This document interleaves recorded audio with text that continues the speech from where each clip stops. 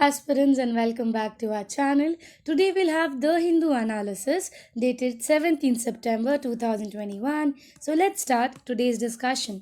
The first article states about government set up bad bank to clear the NPA mess.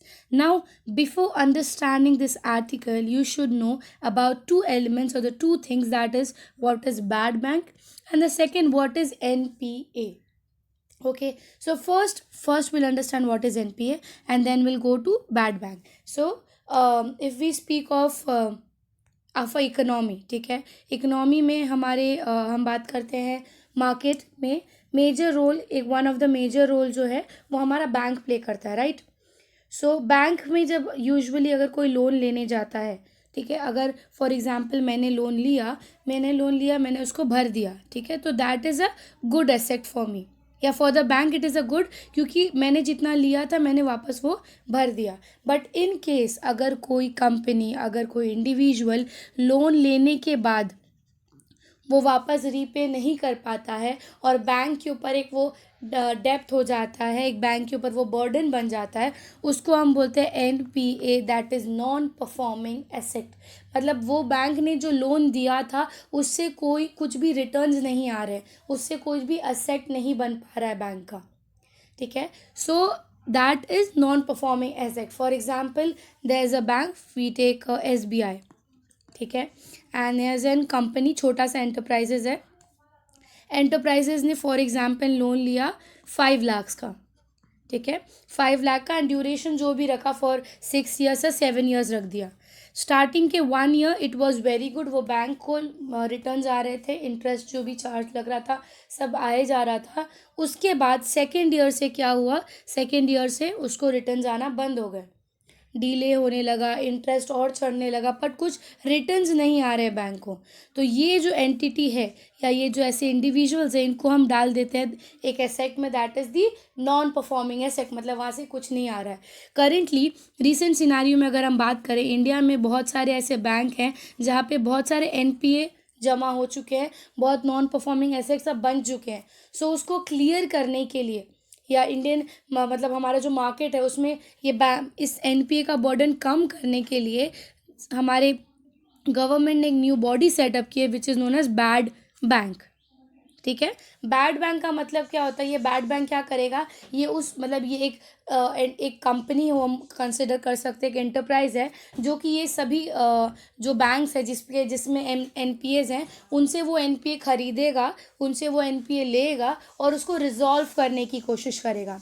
इससे क्या होगा, इससे bank का NPA भी चला जाएगा, बिकॉज उनको तो वो अमाउंट मिल जाएगा खरीदने पर, और मेन फिर बर्डन आएगा बैड बैंक के to how to resolve it. तो ये आर्टिकल उसी के रिलेटेड आया था. सो एक बॉडी बनाई गई है प्रॉपर हमारे इनके तरफ से. बॉडी का नाम अगर मैं बताऊं तो it is national asset reconstruction company limited, that is NARLCL. So the Indian Bank Association, that is the IBA, has moved an application to RBI for seeking a license to set up a company worth ₹6,000 crore. तो ये जो bank बन रहा है NARCL, इनका worth rupees कितना, इनको 6,000 करोड़ का अमाउंट बोल रहे हैं, जिसको हम बैड बैंक भी बोल सकते हैं अकॉर्डिंग टू द सोर्सेज. सो ये जो NARCL है, ये लास्ट मंथ ही हमारे रजिस्टर ऑफ कंपनीज़ के अंडर रजिस्ट्रेशन इस कंपनी का हुआ था, ठीक है. कुछ भी बॉम्बे में, अगर बॉम्बे की बात करें या कहीं भी अगर ऐसे बैंक की तरफ से अगर कोई एक कंपनी सेटअप होती है तो उसको रजिस्ट्रार ऑफ कंपनी एक्ट के अंदर खुद को रजिस्टर करना पड़ता है. लास्ट मंथ ही इस बॉडी का रजिस्ट्रेशन करवाया गया, ठीक है. And according to the sources, अभी फ़िलहाल जो इनके पास, ये बैंक के पास इनिशियल मोबिलाइजेशन अमाउंट जो फ़िलहाल आ चुकी है 6,000 में से, दैट इज़ 100 करोड़ इनके पास आई है लीगल फॉर्मेलिटीज़ और ये सब के बाद, ठीक है. अब RBI has its process and procedures for granting the licence to such a business sources, adding it takes few weeks to obtain the licence. इसके लिए हमने बोला कि लास्ट मंथ ये बॉडी सेटअप हुई थी और उसको लाइसेंस अब जाके मिला है, ठीक है. So the other director boards of IBA, chief executive Sunil Mehta, SBI deputy director SS Narayan, Canara bank deputy general Ajit Krishna Nair, ये लोग जो हैं इन्होंने ये बॉडी का फॉर्मेशन के लिए बात की थी कि ऐसे एक बॉडी बनाओ ताकि इनकी फंक्शनिंग हो। अब ये बॉडी काम क्या करेगा, तो इसका नाम से आप समझ सकते हो, is an asset reconstruction company limited. जो ये एनपीए है ये उनसे लेकर उसको रिजॉल्व करके उसको एक एसेट बनाने की कोशिश करेंगे वो, ताकि इंडियन इकोनॉमी में एनपीए ज़्यादा लेवल पे ना रहे। ठीक है, so it would be setup to consolidate and take over the existing depth जो है हमारा, दैट इज द एनपीए। ठीक है, it will manage to depose and asset the alternative investment funds. ठीक है, तो जो जो एनपीएस उन्होंने लिया है, अब वो लिया तो वो खुद भी तो लॉस में जा रहे हैं ना कि वो इतना अमाउंट पे खरीद रहे हैं, उसको कैसे रिजॉल्व करेंगे, उससे कैसे प्रॉफिट या उससे कैसे रिटर्न्स निकालेंगे, वो हमारे इस बॉडी का काम होगा। So the NARCL will take over the identified bad loans, that is the NPA of lenders. This lead bank with an offer of in hand will go with Swiss channel, wherein the other asset reconstruction players will be invited to better off made a chosen bidder for a higher valuation of this NPA. Proper bidding होगी कि ये किसके under में जाएगा, जिसका सबसे high bidding जाएगा वो उसको लेगा और उसको सॉल्व करने की कोशिश करेगा।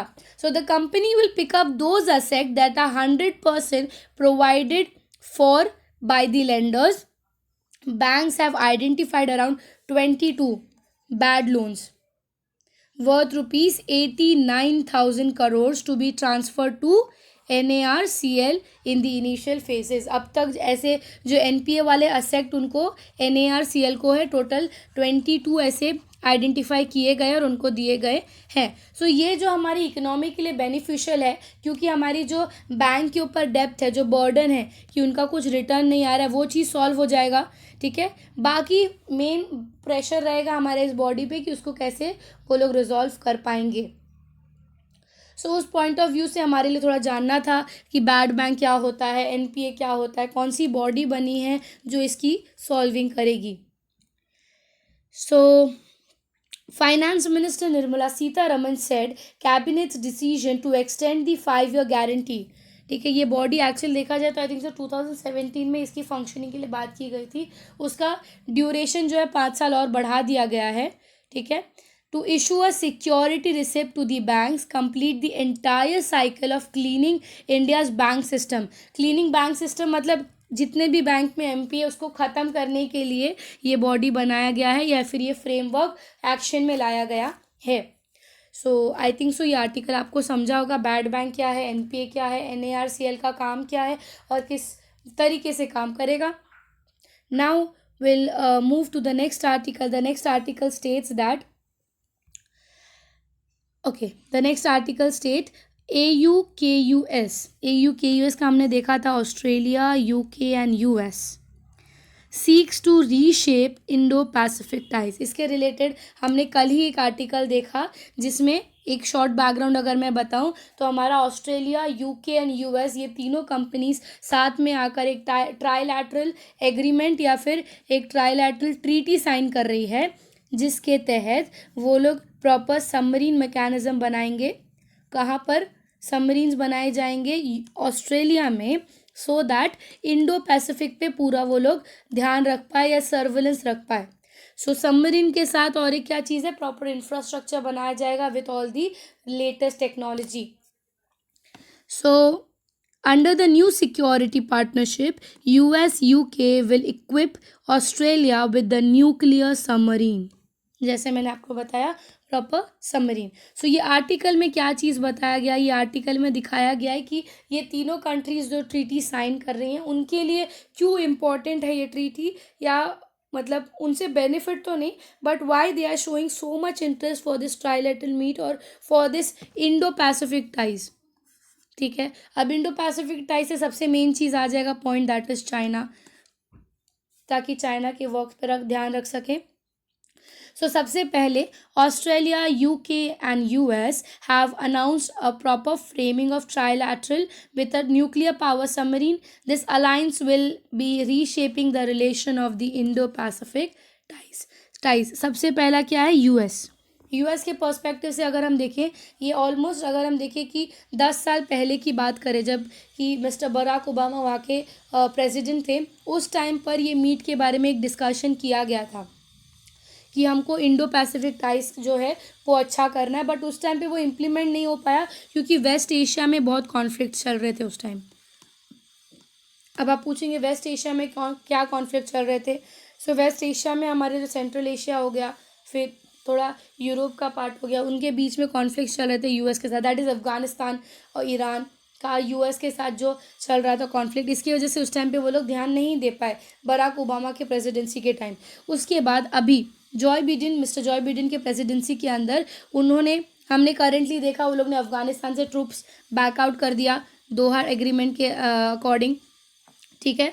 तो अब वो लोग का क्या है कि अब उन लोग ने जो बैकआउट कर लिया है, चाइना अपना इंटरप्शन या चाइना अपना इंटरवेंशन अफगानिस्तान में ज़्यादा करेगा, ठीक है, क्योंकि चाइना यही सब मौका ढूंढता है कि कहाँ पे वो अपना इंटरफेरेंस कर सके। So as they have put back और brought the troops back, China will interfere in Afghanistan, ठीक है। एंड इसके लिए इन लोग ने सोचा कि इंडो पैसिफिक थोड़ा हमारे लिए इम्पोर्टेंट हो जाएगा, क्योंकि कम से कम यहाँ पर भी तो हम अपना कंट्रोल दिखा पाएँ, या यहाँ पर मैं कम से कम दिखा पाए कि we have a proper control यर, क्योंकि सबसे मेन चाइना के रिलेटेड क्या आ जाता है, that is South China Sea. South China Sea के बारे में पढ़ा है कि चाइना कितना उसके बारे में कंट्रोल दिखाता है। दो अलग बात है कि हमारा जो UNCOLS है, that is the treaty for the seas, उन्होंने रिजेक्ट कर दिया कि साउथ चाइना सी आपके अंडर नहीं आता, बट चाइना की खुद की जिद है। So in the Pacific, US and other have been concerned about China's action related to South China Sea, ठीक है, and the antipathy towards Taiwan, Japan and Australia. क्यों? क्योंकि कंटिन्यूसली ऑस्ट्रेलिया में चाइना अपना इंटरफेरेंस और प्रेशर बनाता है। Same goes with Taiwan. कुछ टाइम पहले ताइवान के रिलेटेड हमने देखा था कि ताइवान का जो फॉर्मेशन है वो चाइना से निकल के ही आया है, तो ताइवान के लिए ताइवान पूरी तरह चाइना के हिसाब से चलता है। और सेम गोज भी जापान पे भी चाइना अपना प्रेशर कंट्रोल या फिर एग्जर्ट करने की कोशिश कर रहा है, तो उन पर एक प्रेशर हमेशा से रहता है। देयरफॉर यूएस अपना ये ट्रीटी के लिए ये ट्रीटी साइन करना चाहता है।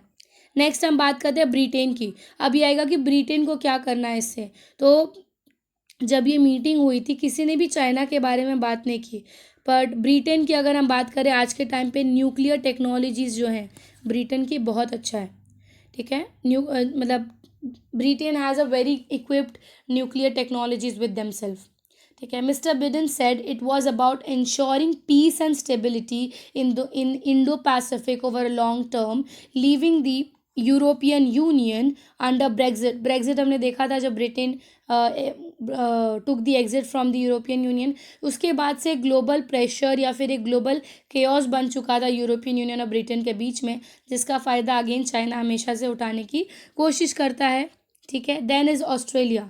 इसके लिए यूके के लिए ये ट्रीटी साइन इंपॉर्टेंट है। नेक्स्ट ऑस्ट्रेलिया के बारे में हमने हमेशा से देखा है कि जैसे हमने ट्रीटीज़ देखे थे कि हमारा ये हो गया, कुछ ट्रीटीज़ जो हैं मल्टीलेटरल ट्रीटीज़ इंडिया के साथ, उसमें हमने देखा था कि ऑस्ट्रेलिया को हमेशा से प्रेशर दिया गया। इसके लिए कितने बार ऑस्ट्रेलिया ने ट्रीटी साइन करने से मना किया था। So Australia has to always see that pressure और दैट थिंग।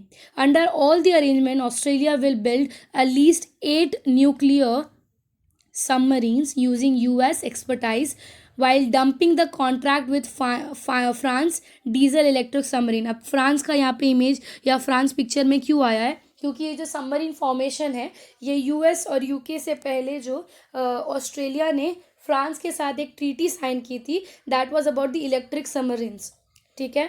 सो अभी ऑस्ट्रेलिया क्या बोल रहा है कि we will dump that contract, या हम उस कॉन्ट्रैक्ट पे काम नहीं करेंगे, जो कि कहने का एक क्वेश्चनेबल है कि आप कैसे वो चीज़ कर सकते हो। सो हमारा एनालिसिस यहाँ पे देखोगे, यहाँ पे आपको दिख रहा है न्यू एनालिसिस हमें न्यूज़ एनालिसिस क्या बता रहा है। सबसे पहले कि ऑस्ट्रेलियन प्राइम मिनिस्टर जो हैं स्कॉट मॉरिसन, उन्होंने ये चीज़ बोला कि मेरे जो लीडर्स हैं लाइक दूसरे कंट्री लीडर्स जापान और इंडिया, मैं उनके साथ ये न्यू अलाइंसेस बनाने में इंटरेस्टेड हूँ, ठीक है। पुराने ट्रीटीज़ के हिसाब से या पुराने अलाइंसेस के हिसाब से I am way more happy to sign treaties with China with Japan and India Japan, India, Australia and US already, क्योंकि उनका रिसेंटली क्वाड मीटिंग हमने देखा था कि वो लोग अलग अलग मैरिटाइम इश्यूज़ के रिलेटेड बात कर रहे हैं। तो ऑस्ट्रेलिया भी अपना इंश्योरेंस, या ऑस्ट्रेलिया भी ये दिखा रहा है कि I am way more happy to be a part of Quad. Australia told France it would end the contract with the state majority owned to build 12 world conventional submarines, largest world, क्योंकि जो France के साथ उन्होंने treaty sign की थी उसमें ये लोगों ने बोला था कि वो 12 ऐसे कन्वेंशनल सबमरीन्स बनाएंगे, जो कि ऑस्ट्रेलिया भी बोल रहा है कि we will end that contract, मुझे वो कंटिन्यू नहीं करना है. फ्रांस का ये बोलना है कि you are stabbing us from behind, या फिर आप अपना रिलेशन ख़राब कर रहे हो, जो भी है. New Zealand left over the new alliance. Australia's neighbor New Zealand, it has a long-stand nuclear-free policy that includes a ban on nuclear power ships entering its port. This stance have sometimes been sticking point to other. अब क्यों ये चीज़ हो रहा है? क्योंकि हमने देखा Australia बोल रहा है हम सबमरीन डेवलप करेंगे, सबमरीन यूज़ करेंगे. जोग्राफिकली लोकेशन देखोगे तो जोग्राफिकल लोकेशन में अगर हम बात करें, अगर ये ऑस्ट्रेलिया है, ऑस्ट्रेलिया के जस्ट यहाँ पर हमें न्यूजीलैंड दिखेगा. न्यूजीलैंड की ट्रीटी है कि वो अपने बॉर्डर्स में किसी भी तरह के सबमरीन या ये सब को इक्विप नहीं करेगा. सो ये कहीं ना कहीं एक क्वेश्चन आता है कि आप न्यूजीलैंड के हिसाब से नहीं चल रहे हो. So Prime Minister Zadika Ardern said New Zealand wasn't asked to be the part of alliance and wouldn't have expected the invitation. Still, it leaves New Zealand out for the deal to share a range of formation. क्योंकि जब ये quad के discussions हुए, ये जो trilateral discussions हुए, कभी New Zealand को कंसिडर नहीं किया गया. वो अभी भी बोल रहे हैं कि हम न्यूजीलैंड को कंसिडर नहीं कर रहे, हम अपने कंट्री के हिसाब से ये चीज़ करने की कोशिश कर रहे हैं. सो हमारे लिए थोड़ा सा इंटरनेशनली थोड़ा इम्पॉर्टेंट था कि ये ट्रीटी जो साइन कर रहे हैं वो किसके लिए इम्पॉर्टेंट है. अगर ये इंडो पैसिफिक टाइप्स पे प्रीलिम्स में क्वेश्चन आएगा तो फिर आप कम से कम क्लियरली बता पाओगे कौन सा स्टेटमेंट सही है, कौन सा स्टेटमेंट रॉन्ग है. Now will move to the next article. The next article states that e-shram needs some hard work to get going. थोड़ा सा बैकग्राउंड अगर इस आर्टिकल का मैं बता दूं, सो बैकग्राउंड ये चीज़ है, करंटली एक ई पोर्टल या एक वेबसाइट पोर्टल लॉन्च किया गया है. ठीक है, वेबसाइट पोर्टल का नाम है e-Shram, which is for the unorganised workers. जो अनस्किल्ड वर्कर्स हैं उनके लिए पोर्टल लाया गया है. सो ये पूरे आर्टिकल में यही बताया कि ई श्रम की वर्किंग क्या है, कौन कौन इंक्लूडेड है, कौन कौन नहीं इंक्लूडेड है, ये सब चीज़ के बारे में. सो थोड़ा उसके बारे में जान लेते हैं. सबसे पहले हमारा जो मूल है, that is the ministry of labour and employment. उन्होंने ये पोर्टल लॉन्च किया है by the name of e Shram, जो कि it will create a national data base of the unorganised worker. National data base for the unorganised worker. ठीक है, sorry, national database. So it will have a proper national database, record रहेगा उनके पास for all the national, for the all the unorganised work. कैसे होगा? तो ये इसकी जो वर्किंग है, ये पहली बार इंडिया में ऐसे कुछ वर्किंग के बारे में बात की गई है. It is the first ever national database for the unorganised work. कैसे करें? जो भी इसमें इंपॉर्टेंट कौन कौन है, जो कंस्ट्रक्शन वर्कर्स हुए, माइग्रेंट वर्कर्स हुए, देन आप ले सकते हो प्लेटफॉर्म वर्कर्स. ठीक है, ये सारे इसके पार्ट बनेंगे. और ये जो पोर्टल है, इसकी क्या फ़ायदा होगा? तो ये एक्चुअली आपको, मतलब अगर आपको कभी अनऑर्गेनाइज सेक्टर के लिए कोई स्कीम लाना है, अनऑर्गेनाइज सेक्टर की कुछ काम करना है, ये पोर्टल से आपको पता चल जाएगा इंडिया का पॉपुलेशन क्या है, इसमें जितने अनऑर्गेनाइज सेक्टर हैं, किस वे में आप बाइफोकेशन कर सकते हो काम का, कौन सी ट्रीटी, कौन सी स्कीम ज़्यादा इंपॉर्टेंट है अभी के लिए. सो उस पर्सपेक्टिव से ई श्रम हमारे लिए इम्पॉर्टेंट है. ठीक है, सो ये जो है इसका लॉन्च डेट वाज अगस्त 26, 2021. अगस्त 26 को लॉन्च किया गया था बाय द प्रेसिडेंट ऑफ मूल, दैट इज श्री भूपेंद्र यादव. ठीक है, और इस बार का मतलब ये जो जितने लोग हैं ये कौन कौन होंगे? तो ये सभी वर्कर्स होंगे. होम बेस्ड वर्कर्स हो सकते हैं, सेल्फ एम्प्लॉयड वर्कर्स हो सकते हैं, अनऑर्गेनाइज्ड वर्कर्स हो सकते हैं, जो कि हमारे EPF और ESI इसके पार्ट नहीं हैं, जिनके लिए मतलब जिनके लिए कोई प्रोविडेंट फंड नहीं कटता, या फिर जो कि ये दोनों स्कीम्स, मतलब जितने भी नॉन गवर्नमेंट वर्कर्स आप कंसिडर कर सकते हो. क्योंकि अगर वो गवर्नमेंट वर्कर्स में काम करे तो उनको PF प्रोविडेंट फंड और ESI मिलता है. अगर नॉन गवर्नमेंट है तो ही उनको ये सब नहीं मिलता होगा। तो जितने भी अनऑर्गेनाइज्ड वर्कर्स हैं नॉन गवर्नमेंटल, और जितनों को भी पीएफ और ईएसआई नहीं मिलता है, वो लोग इसका पार्ट बन सकते हैं, या they are eligible to be the part of e Shram website portal. ठीक है, अब आगे देखते हैं की पॉइंट्स ऑफ ई श्रम। सो सबसे पहले की पॉइंट्स में है, it is first time in the country the system has developed to registered almost 38 crore. इनका रिकॉर्ड जो है 38 करोड़ ऑफ अनऑर्गेनाइज वर्कर्स को इनको रजिस्टर करना है इसमें। ठीक है, सो दैट ये जो लोग हैं इनके लिए एक सोशल सिक्योरिटी स्कीम उनको मिल सके, so that they will get a social security scheme.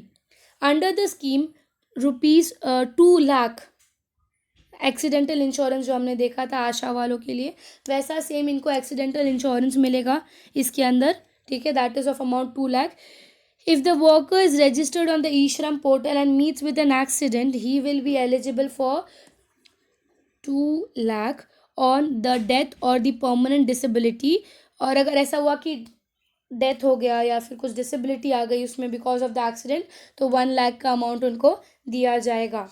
Every registered unorganised workers shall be issued on e Shram card. अब ई श्रम जैसे आधार कार्ड है हमारा 12 नंबर का, वैसे ही इनको एक ई श्रम कार्ड दिया जाएगा which is known as universal account number. इसमें भी 12 डिजिट के एक नंबर्स होंगे, सेम लाइक आधार कार्ड। ठीक है, सो ये उसके कुछ की पॉइंट्स है, इतने लोगों को जोड़ मतलब ये बेनिफिट्स मिलेगा। ऑब्जेक्टिव क्या है, to create a centralised data based of all the unorganise sector, then to improve the implementation हम बोल सकते हैं। ठीक है, उनके लिए प्रॉपर एफिशिएंसी और इम्प्लीमेंटेशन आप ऑर्गेनाइज कर पाओ, देन उसके बाद आप ले सकते हो एक कॉम्प्रिहेंसिव डेटा बेस बना रहेगा उनके लिए। For all such workers it will be easy to share information about them, कि हमारे पास कितने हैं वर्कर्स इंडिया में और कितने लोग किस किस तरीके के सेक्टर्स में काम करते हैं। एलिजिबिलिटी क्या क्या है, एक तो या तो आप 16 से 59 ईयर्स के बीच की एज होनी चाहिए, और दूसरा आपको EPFO प्रोविडेंट फंड और ESI के अगर अंडर आप नहीं आते हो तो आप इस स्कीम के बेनिफिशियरी बन सकते हो। So the formation of eShram portal came after the Supreme Court directed Government of India to have a registration process of all the unorganized sectors worker। ठीक है, वंस दिस वर्कर्स जो register हो जाते हैं तो क्या होगा, वो लोग इजीली एक्सेसिबल होंगे सारे सोशल वेलफेयर स्कीम्स के लिए। अगर वो लोग अवेयर नहीं है कि हमारे लिए ये सब स्कीम है, तो ये पोर्टल के थ्रू उनको अवेयर किया जाएगा कि ये स्कीम्स आपके लिए है, do take the advantage of the scheme. ठीक है, जैसे कि प्रधानमंत्री श्रम योगी धन योजना हो गया, प्रधानमंत्री स्वनिधि स्कीम्स हो गए, आत्मनिर्भर भारत हो गया, ये सब कुछ स्कीम्स है जो आज भी अनऑर्गेनाइज सेक्टर्स में वर्कर्स को नहीं पता होता है, तो ये ई श्रम के थ्रू वो लोग को पता चल जाएगा। सो ये आर्टिकल थोड़ा प्रीलिम्स एज वेल एज हम बोल सकते हैं कि मेंस के पॉइंट ऑफ व्यू से इंपॉर्टेंट है कि की पॉइंट क्या है, एलिजिबिलिटी क्या है उसकी, देन ऑब्जेक्टिव्स क्या हैं और किसके लिए काम करेगा, गवर्नमेंट का क्या इसमें फ़ायदा है, कॉमनर्स का क्या इसमें फ़ायदा है, सब कुछ। ठीक है, now will move to the next article. Next article says that China questions India's missile project. तो पहले इंडिया की मिसाइल्स के बारे में पढ़ने से पहले हम थोड़ा सा जान लेते कि ये आर्टिकल क्या बता रहा है। सो ये आर्टिकल के बारे में अगर आप पढ़ेंगे, आर्टिकल यही बोल रहा है कि चाइना के वन ऑफ द मिनिस्टर्स ने ये क्वेश्चन किया है, किधर, UNSC में, United nation of security council में ये क्वेश्चन किया है कि हाँ, एक आप देखोगे इसमें 1998 के क्वेश्चन के बाद ये साल क्वेश्चन किया है चाइना ने इंडिया के मिसाइल प्रोजेक्ट पर। 1998 पे क्यों, क्योंकि I don't know most of you have seen this movie of Pokhran, right. So 1998 में पोखरन ने अपनी टेस्टिंग की थी छुपाकर, 5 ऐसे कंटिन्यूस टेस्टिंग किया था। अगर आप लोग ने मूवी देखा होगा तो इंडिया जो है प्रॉपर सैटेलाइट के विजन्स के हिसाब से, कि जिस टाइम पे हमारा सैटेलाइट इंडिया के ऊपर नहीं था जो कि पूरे वर्ल्ड को देखता है, उस टाइम पर उन्होंने पोखरन की टेस्टिंग करने की कोशिश की थी। सो ये पहली बार था जब चाइना ने क्वेश्चन किया था हमारे मिसाइल प्रोजेक्ट पर, बिकॉज टेस्टिंग करना is not legally allowed to any country. ठीक है, फर्स्ट ऑफ ऑल। सो 1998 के बाद इस बार चाइना कंट्री ने या चाइना के प्रेसिडेंट ने ये क्वेश्चन किया है कि आपका मिसाइल प्रोजेक्ट जो है आप उसकी टेस्टिंग कैसे कर रहे हो या क्या कर रहे हो, ठीक है। अब आप पूछोगे इसमें हमारे लिए क्या इंपॉर्टेंट हो जाएगा, तो इसमें हम लोग देखेंगे कि इंडिया का मिसाइल प्रोजेक्ट क्या है, इंडिया में कितने मिसाइल प्रोजेक्ट्स हैं, ठीक है, क्या उसकी फंक्शनिंग है, कैसे वो उस प्रोजेक्ट से डिफरेंट है थोड़ा सा। सो हम इंडिया के सारे मिसाइल प्रोजेक्ट्स के बारे में पढ़ेंगे। ये जो प्रोजेक्ट है कि दूसरे बार जो क्वेश्चन उठाया गया था, ये दूसरे बार क्वेश्चन उठाया गया बिकॉज ऑफ दी अग्नि वी और अग्नि 5।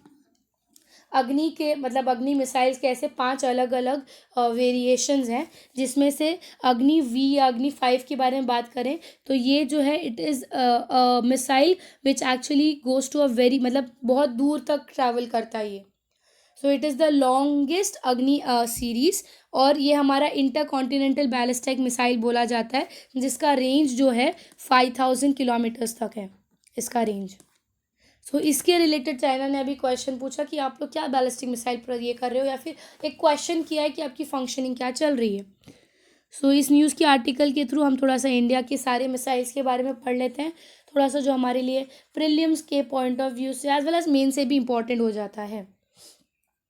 So recently a new generation of a nuclear capable ballistic missile was ये जून में हमारा प्रॉपर अग्नि का एक पूरा सक्सेसफुल टेस्टिंग किया गया था अग्नि मिसाइल के सारे सीरीज़ का at by the DRDO defence research development organisation from the coast of Balasore Odisha में इसकी टेस्टिंग की गई थी।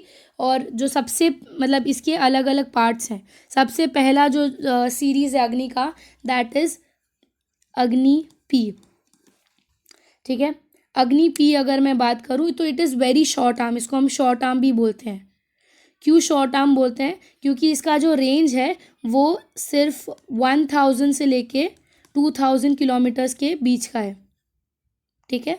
सो ये अगर यहाँ से छोड़ा गया या यहाँ से यूज़ किया गया missile, so China that is the main line China, या फिर पास टू पास तो पूरा पाकिस्तान टेरिटरी को कवर कर सकता है अग्नि पी, ठीक है। एंड ये इसका सबसे मेन है कि इट कैन बी ट्रांसपोर्टेड या फिर ये इजीली मूवेलेबल है, ठीक है। ये जो रिप्लेस किया है किस मिसाइल को रिप्लेस किया है, तो हमारा जो पुराना मिसाइल था पृथ्वी, ठीक है, पृथ्वी, देन अग्नि 1 और अग्नि 2, ये तीनों मिसाइल्स की जगह पर इसको एक्चुअली बनने में ऑलमोस्ट 20 साल लगा। ये सारे मिसाइल्स को रिप्लेस किया हमारे अग्नि पी ने, पी मतलब इज प्राइमरी, ठीक है। So Agni P and Agni 5 originates from the integrated guided missile development, DRDO ने लॉन्च किया है। सो अग्नि पी जो हमारा है वो integrated guided missile development programme के अंदर बनाया है। इसका रेंज 1000 से 2000 किलोमीटर्स के बीच का है, ठीक है। और सबसे में ना it has all the advance technologies in it, तो कहीं ना कहीं इंडिया की कैपेबिलिटी इससे स्ट्रॉन्ग हो जाती है इस अग्नि पी के मिसाइल के वजह से। अब हम पढ़ते हैं अग्नि के सारे क्लास ऑफ मिसाइल्स, कितने अलग अग्नि में अलग अलग क्लासेस हैं। सबसे पहला जो था दैट वाज अग्नि 1। अग्नि 1 का रेंज था 700 से 800 किलोमीटर, ठीक है। अग्नि 2 की अगर मैं बात करूँ तो ये मोर देन 2000 किलोमीटर। देन अग्नि 3 की अगर हम बात करें तो अग्नि 3 मिसाइल मोर देन 2500 किलोमीटर्स। और अग्नि 4 जो है मोर देन 3500 किलोमीटर्स। और लास्ट जो हमारा अभी बना है अग्नि 5, ठीक है, अग्नि 5 जो है ये 5000 किलोमीटर्स से ज़्यादा तक की डिस्टेंस ट्रैवल कर सकता है। इसके लिए हम इसको an intercontinental ballistic missile बोलते हैं, बिकॉज इतनी लार्ज मतलब इतना दूर तक का एक कॉन्टिनेंट से ऑलमोस्ट दूसरे कॉन्टिनेंट तक का सफ़र तय कर सकता है वो, ठीक है। और मैंने जैसे बोला integrated guided missile development programme, ये जो प्रोग्राम है this programme was first time developed by late mister APJ Abdul Kalam, ठीक है। उनका ये प्रोजेक्ट था मिसाइल टेक्नोलॉजी के फील्ड में एक प्रोग्राम लाने का। सो ये integrated guided missile development programme ये उनकी तरफ से आया गया था। गवर्नमेंट ने उसको अप्रूवल दे दिया था 1983 में, ठीक है। गवर्नमेंट का अप्रूवल इस प्रोग्राम के लिए 1983 में आ गया था, और ये प्रोग्राम पूरी तरह से जो कंप्लीट हुआ दैट वाज इन 2012। सो इस प्रोग्राम के अंदर ऐसे 5 मिसाइल्स उन्होंने बनाई हैं, जो कि मतलब जिसको हम ये बोलते हैं integrated guided missile development programme के अंदर they have made 5 different missiles. ये 5 डिफरेंट मिसाइल्स को आप क्या बोल सकते हो, तो इसको इन शॉर्ट पटना बोल सकते हो। अब आप पूछोगे पटना क्यों बोलते हो, तो पटना में P is for Prithvi, A is for अग्नि, अग्नि में भी 5 ऐसे हैं जो अभी हमने देखे, ठीक है। T इज़ फॉर त्रिशूल, त्रिशूल हमारा एयर मिसाइल है, मतलब shortest range of air missile में त्रिशूल आता है हमारा। फिर नाग, N इज़ फॉर नाग, जो एंटी टैंक मिसाइल है। और आकाश, आकाश हमारा मीडियम एयर सरफेस मिसाइल है। सो पृथ्वी जो है it is a short range of surface to surface, ठीक है, this is surface to surface missile. Agni का अभी मैंने देखा, हमने हमारे पास ऐसे 5 रेंजेस हैं बैलिस्टिक मिसाइल्स के। त्रिशूल जो है वो हमारा एयर मिसाइल है, short range range of air missile. फिर हमारा N is for Nag, this is the third generation of anti tank missile. और हमारा वापस से ए है, that is Akash, a medium range of air missile, ठीक है। सो ये हमारे लिए थोड़ा प्रोग्राम जानना ज़रूरी था। ये प्रोग्राम किसने लाया, किस ईयर में हमें अप्रूवल दिया गया, और इस प्रोग्राम में ऐसे कौन से 5 अलग अलग बॉडीज़ बनाए गए हैं, ठीक है। सो ये कुछ चीज़ें हमारे लिए थोड़ा जाननी ज़रूरी थी from prelims point of view और the from mains point of view. So I hope so आपको आज का न्यूज़ अच्छे से समझा होगा। Do you and if do you like the video, do like and subscribe the channel. Thank you so much.